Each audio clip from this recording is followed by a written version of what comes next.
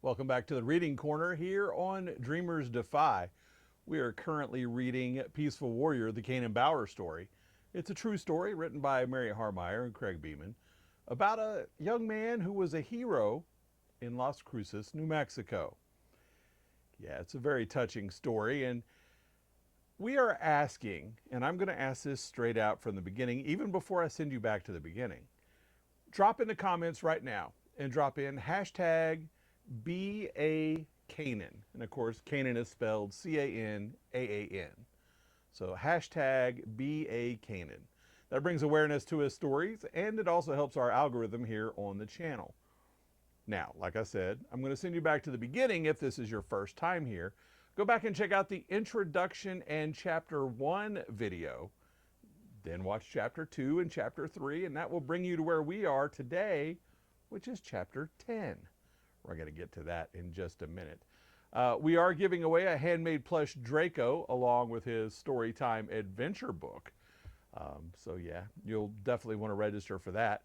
And the easy way to register, it's simple. All you have to do is subscribe to the channel and you're automatically registered. No extra nothing, just subscribe to the channel. It would help us if you'd share and tell people about it as well, because we're going to be giving it away when we get to 500 subscribers, and then we're going to do another one when we get to 1,000. Not that far away. We're pretty close to the first one.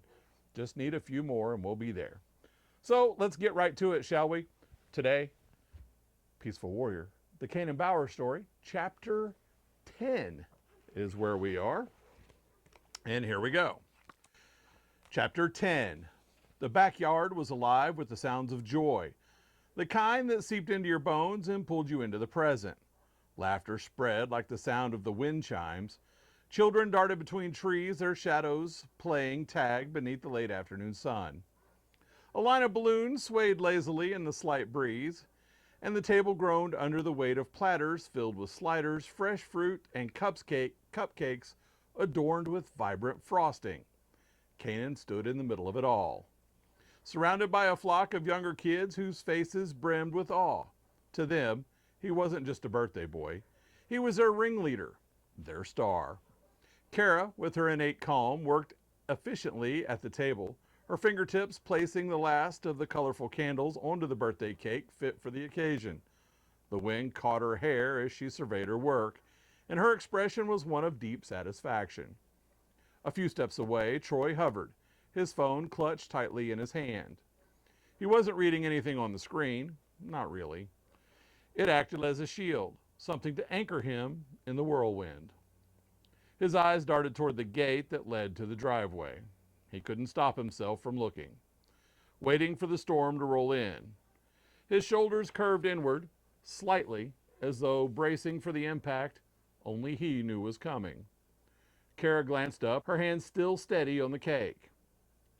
How bad is your fantasy team looking? Her voice carried a teasing warmth that had drawn him in to her all those years ago. Troy blinked, momentarily startled out of his spiraling thoughts. It's actually not that bad right now. I've got one major injury that's looking, I don't really care. Kara's smirk softened her words, but the look she gave him tugged on the corner of his conscience. Come talk to me. Troy chuckled. He tucked his phone away and stepped closer, close enough to catch a whiff of the vanilla frosting she had been layering earlier. Need help with anything? Kara straightened, her eyes meeting his with quiet focus that had a way of resetting him. I'd love to know what's on your mind. He grabbed a stack of paper plates from beside her, turning them in his hands the way you would a puzzle that refused to fit together. His gaze flicked briefly to hers before escaping toward the horizon, that endless stretch beyond the fence. Knowing he's coming. His voice was low, almost as if releasing it aloud might summon the thing he feared the most. It's like seeing a violent thunderstorm roll in. You know it's coming, and it's going to tear things up, but there's nothing you can do to stop it. Kara's eyes softened, a flicker of worry mixed with resolve, glinting in her hazel depths. I'm sure your mom's told him to be on his best behavior. Troy huffed, the sound too bitter to be a laugh. Well, if he's not, I'll hold it together. Today's about Canaan, not me and my dad's never-ending dumpster fire. Kara reached out, her hand brushing lightly against his arm before pressing more firmly, the tether he didn't realize he needed. Look around you, she said, her voice gentle yet grounded in an unmistakable caraway. Your son is laughing. Our family is here. And you made this day everything Canaan wanted it to be. Nothing Harvey says can take that away. His shoulders sagged further, some of the air rushing out of a breath he hadn't realized he was holding. Gratitude flicked over his face for the briefest of moments, but it was there, dancing in his eyes. We'll see, he muttered, though the words lacked the bite he held moments ago. Kara released his arm, her smile deepened by understanding as she stood straighter. Now, come on, we got a party to host. She turned back towards the cake, placing the final touches on the candles with precision. Troy lingered a moment longer, the weight of his chest still present, but lighter, manageable. The storm might still come, but here, at this moment, he could pretend the sky wasn't darkening. Taking a deep breath, he followed Kara into the thrumming heart of the backyard, where the sounds of Canaan's laughter rang the loudest. If just for today, he could keep the storm at bay. The late afternoon sun bathed the backyard in a soft golden light, making the greenery shimmer as friends and family gathered in celebration. There was an infectious energy in the air. The laughter of children mingled with the murmur of conversations as neighbors exchanged stories over glasses of iced tea. Canaan's 16th birthday party was in full swing. Kara weaved through the crowd, adjusting platters of food and making sure drinks were replenished. The world might as well have stopped for the guests who were there, but for Kara, her son's joy was the center of her attention. This was his day. Branson sat with Connie, showing her goofy videos and making her laugh behind her lemonade glass. Kara smiled at the sight of them bonding. A few feet away, Troy leaned against the wooden picnic table, his broad shoulders hunched slightly as he stared at his phone. The screen displayed football articles, but the occasional crease in his brow revealed his wandering thoughts.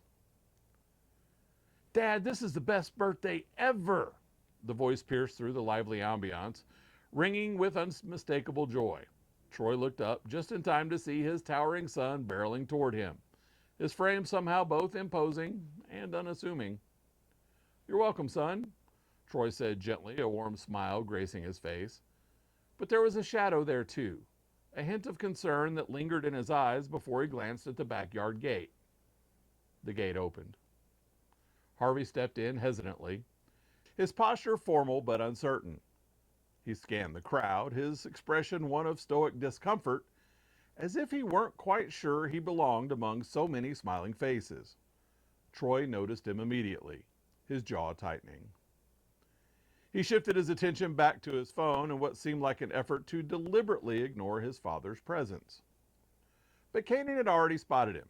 His face lit up with excitement as he hesitated for the briefest moment, glancing at Troy for silent approval. Troy, clearing his throat and holding back whatever emotions were threatening to escape, gave a short nod with a forced grin. Go on, Troy said, barely louder than a whisper. Say hi to your granddad.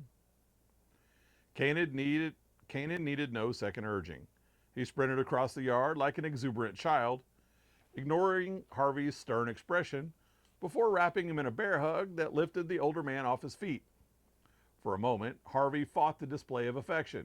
Public displays of emotion weren't his forte. But as his grandson held him tighter, a small chuckle escaped his lips, seemingly against his will. All right, Harvey grumbled, though his voice held a faint laugh. Put me down before you break something. I'm so glad you made it, Granddad, Canaan beamed, finally settling the man down. Well, sure, there's enough cake here for everyone, Harvey said stiffly, pointing toward the dessert table to divert attention away from his reddening face. Canaan laughed. There's plenty. And if not, Mom's got another cake and 4 dozen cookies as backup. Of course I do, Kara interjected, appearing as if summoned by magic, holding a plate full of cookies. Her presence both commanded attention and softened the space. "Good to see you, Harvey. Would you mind taking these cookies to the table? I need to steal my son for a moment." Harvey gave a quick nod, grateful for the escape from Canaan's relentless enthusiasm, and took the plate before maneuvering into the crowd. Kara turned to her son, her expression softening further, but with a distinct maternal curiosity. "Hey, birthday boy," she said. "Hey, birthday mom," Canaan grinned, leaning down slightly to hug her. Kara's tone shifted slightly, her voice playful but inquisitive. "So I got a call from Mrs. Allen today." Canaan straightened. "Yeah, about what?" "Something about a girl jumping on your back, causing a ruckus in the hallway." Canaan's brow furrowed, but there was no guilt in his eyes. "Oh, that. Yeah, that was Sonia. She just gets excited to see me, you know. She's super energetic and fun. Sorry if we caused any trouble or something." "I'm not upset," Kara said, raising an eyebrow knowingly. "Mrs. Allen is always finding something to be mad about. But who is this Sonia girl?" "Mom! Canaan!" Canaan sighed, running a hand through his hair. "Look, it's not like that, okay? She's just new. She doesn't talk super good English, and these kids, they were picking on her about her clothes or whatever." "And?" Kara pushed gently, her lips curving into a smile she couldn't hold back. "And I told them she was with me, that they'd better back off." For a moment, Kara said nothing. Her hand reached for Canaan's arm, her touch light but heavy with emotion. She knew this about her son: the quiet strength, the compassionate heart. Somehow, no matter the situation, Canaan found a way to stand tall, not just because of his size, but because of the man he was becoming. "So the other kids are leaving her alone now?" Canaan nodded. "Yeah. I also got together some of my money to get her a gift card, you know, to help. Would you and Dad like to maybe pitch in?" Kara looked at him, her heart swelling with pride. She smiled and wrapped her arms around him. "Of course," she whispered. "We'd be happy to." For all the energy buzzing around the backyard, this moment felt still, and yet the moment thrummed with something powerful, a reminder that the strongest lessons are often unspoken, passed instead through quiet connection and shared values. "Come on," Kara said after a moment, stepping back. "Promise me I'll get a slice of the cake before you eat it all." Canaan laughed, his voice ringing above the sounds of celebration. "Sure thing, Mom. Thanks for..." He trailed off as if searching for words. "For everything." "You don't have to thank me," Kara said, her voice soft but sure.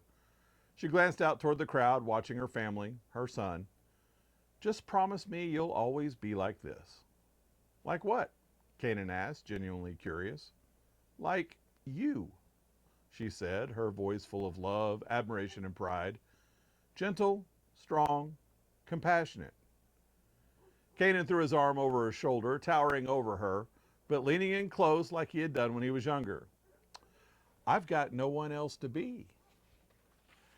And so ends chapter 10 of Peaceful Warrior, the Canaan Bower Story. Let's put it on this side here because we're going to have all those little things that pop up. We will be getting to chapter 11 very soon. But again, I want to remind you, please go down in the comments, drop in hashtag BeACanaan. Like I said, it really helps out the channel and it helps get Canaan's story out there. Now, if you'd like to purchase this book for your very own, I've got a link in the description, as I always do here on the Reading Corner. And it's a really cool book, and it deserves a place on your shelf. It really does. And if when you get it, you want to read back through it with me doing all the reading, that's fine too. I'm right here whenever you're ready to go. We'll be back with chapter 11 really soon here in the Reading Corner on Dreamers Defy.